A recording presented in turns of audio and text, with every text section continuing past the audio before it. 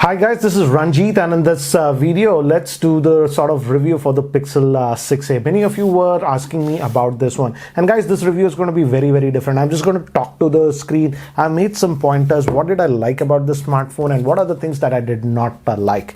And guys, at the initial price point of this one, that was about 44,000, I simply could not recommend this smartphone for that price point, I felt, because it had some issues. But now we are hearing that in Flipkart it's going to be coming at a very good deal. So what does it make sense to go for the Pixel 6a now? So let's go over it. And guys, I would urge you to watch the unboxing video and my FAQ video where I have gone in hands-on over this smartphone, because this is just going to be a talking style of video, talking to you guys about my frank opinions about this smartphone. Now this has got Android 13 update also. So what do I feel about this smartphone now? The first thing, let's talk about the good things first, and later on some of the things that I still do not like with this smartphone. First thing is, I like the compact form factor of this smartphone. It's having a 6.1 inch screen, and hence it's actually very comfortable to hold. In fact, I would say even more comfortable to hold than the iPhone 13 Pro, though this is also having a 6.1 inch screen. But just the weight balance and what they have done a very good job. These days most of the phones are massive, big, huge chunk. So that way, if you like compact smartphones, in fact, I started appreciating compact phones after using this one. So that in-hand feel that you get is very good, and it's a decent OLED screen that you are getting on this one. Yes, it's not a high refresh rate screen, that's one of my cons, but nevertheless it's a decent screen. I did not have a problem, and I like the compact form factor. Next thing that I really liked about this on this smartphone, and some of you might be surprised, and it does make a lot of difference in the end user experience of a smartphone, and that is called the haptic feedback. The haptic feedback on this smartphone has been done extremely well. It's like a flagship. It's a flagship. There is no compromise on that, and when you're using this phone you will notice that. So the haptic feedback has been done brilliantly on this smartphone, way better than Samsung flagships. So that way I really liked it, and it's in fact as good as the Pixel flagships that you get. Next thing is regarding the speakers. It does not have a 3.5mm headphone jack, but fortunately it does have stereo speakers, and these stereo speakers are actually pretty loud, much louder than many of the smartphones that you get, even some of the smartphones that are more expensive than this one. So stereo speakers are good and they are actually loud. Next thing is regarding the battery life that I was getting on this one. The battery life is good, not extraordinary. In fact, the battery life slightly fell down after Android 13 update, but still I would say the battery life is good on this one. Anywhere I would say you can get a screen on time with full day of usage. You don't have to top it up in the evenings or something like that. Easily from 5 hours to anywhere to about even 7 hours of SOT you can get on this smartphone. So in terms of battery life, it's actually good. It's not extraordinary like some of the mid-range smartphones that you can get even 9 hours of SOT. No, it's not that, and I think so that's because of the Tensor chip. That's nothing but the Exynos 2100. It's a power hungry chip, but nevertheless I would say battery life is good because it's a single SIM. The second SIM is eSIM on this one. Next thing is the general experience on this one. Here again it nails it. This is the stock Android pure experience that you're getting with Google, and it nails, and hence it performs very well. And in fact, the Tensor chip is actually nothing but a flagship of last year's chip, so processing power is ample on this one, and even with that 6GB of RAM, as it's a stock Android experience, it's good. Call quality was very good. I did not have a problem, and even RAM management has been done well. This smartphone is actually says other smartphones that boast about 12GB of RAM and have poor RAM management, it just laughs on it with just 6GB of RAM. That well it is optimized. So I really like that. So in terms of performance, you will not have a problem with this smartphone. Now moving to one thing that I really liked on this smartphone, and I think so many of the other flagships also should copy this.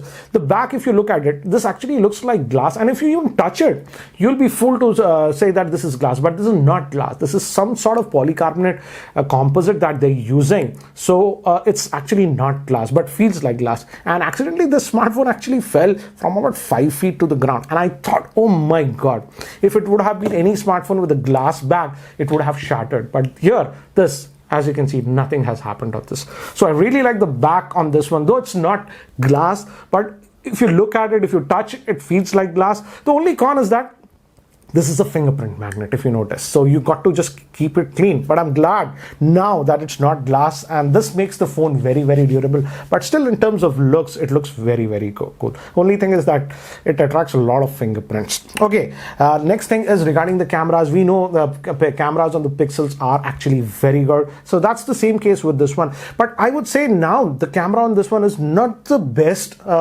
And let's get the facts right, guys. The sensor on this one is actually almost a 3 to 4 year old sensor, and that is now really showing its age. Don't get me wrong, most of the snaps that you take will come out good, but in tricky lighting conditions, even if you watch my FAQ video, I've noticed that the white balance is a little bit off with many of the other smartphones that I've tested that come with the new Sony sensor. They get the white balance right in artificial lighting conditions.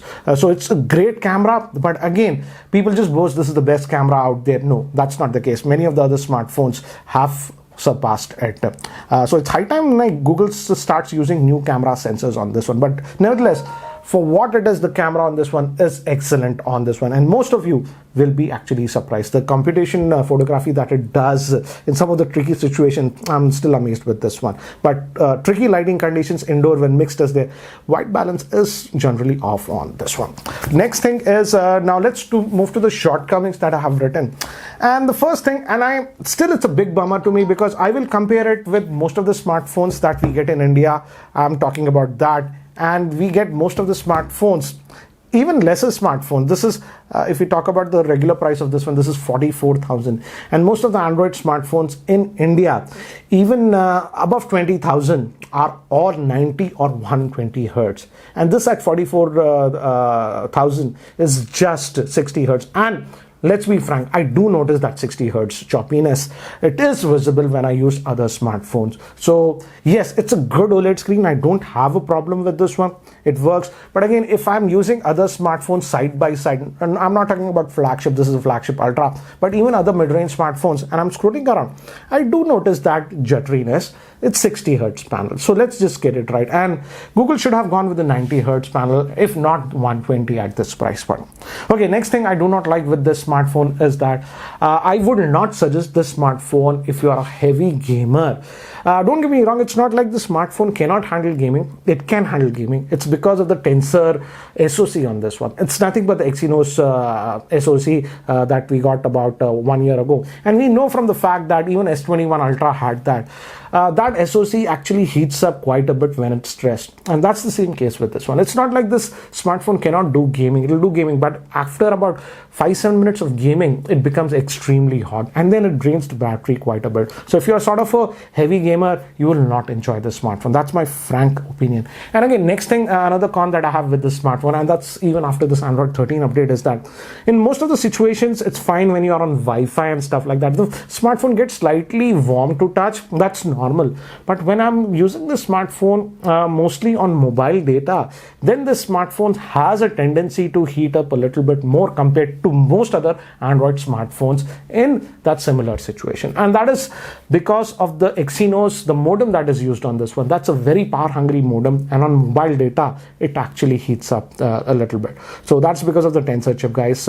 It's not a deal breaker, but if you are a person who feels whenever he picks a phone and it gets slightly warm, you don't like it, then you might not like using this smartphone, especially on mobile data. Next thing is regarding the fingerprint, and I also had the fingerprint issue. It was unlocking with both the left thumb and right thumb, though I just registered the right thumb. Even after Android 13, it automatically didn't fix that issue, but I deleted that thumb, and now see from this left one, it does not unlock.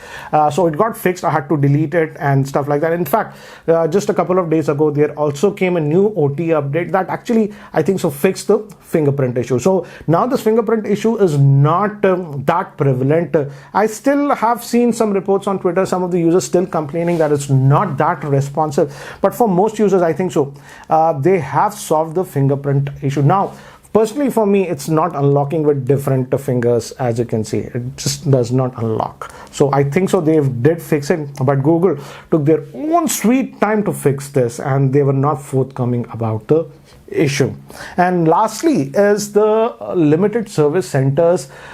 for these Pixel devices in India. Actually, Google does not do a service for this in India. They have outsourced it to a company, and that company is in only 2 locations, Mumbai and in Hyderabad. So if you have a service issue, they will pick up your phone by courier if it's in warranty. And thus what I've seen is that I asked many of you over Twitter, and there are like hundreds of replies over there. Many of you are telling that yes, you get the phone back in about a week, but some of them have said that it can take a couple of weeks. So you might be without your smartphone for a couple of weeks, and if your phone is not in warranty, then it can get very, very expensive, and you have to bear the courier charges. That's about 850 rupees.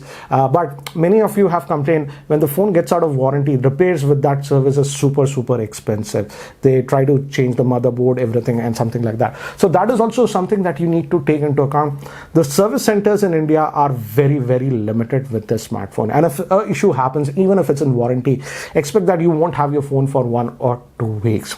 So that concludes my impressions about the Pixel 6a. Now let's talk about the smartphone. Should you buy it at 44,000? I would say this is not a smartphone that I would personally buy, but I can understand somebody who's a pure Google Pixel fan might go for it. But now we are hearing that on Flipkart, this might come down to about 27,000 or something like that. And if it comes down to that price, 27,000, without any bullshit or something like that, you have to buy this, buy that to get that, then I think so it's an incredible deal, because some of the cons that I've mentioned at that price point are irrelevant, because you will simply not get a better smartphone at 27,000 at that price point. And don't forget, it's a phone by Google, so Android updates and stuff like that will be coming to this smartphone.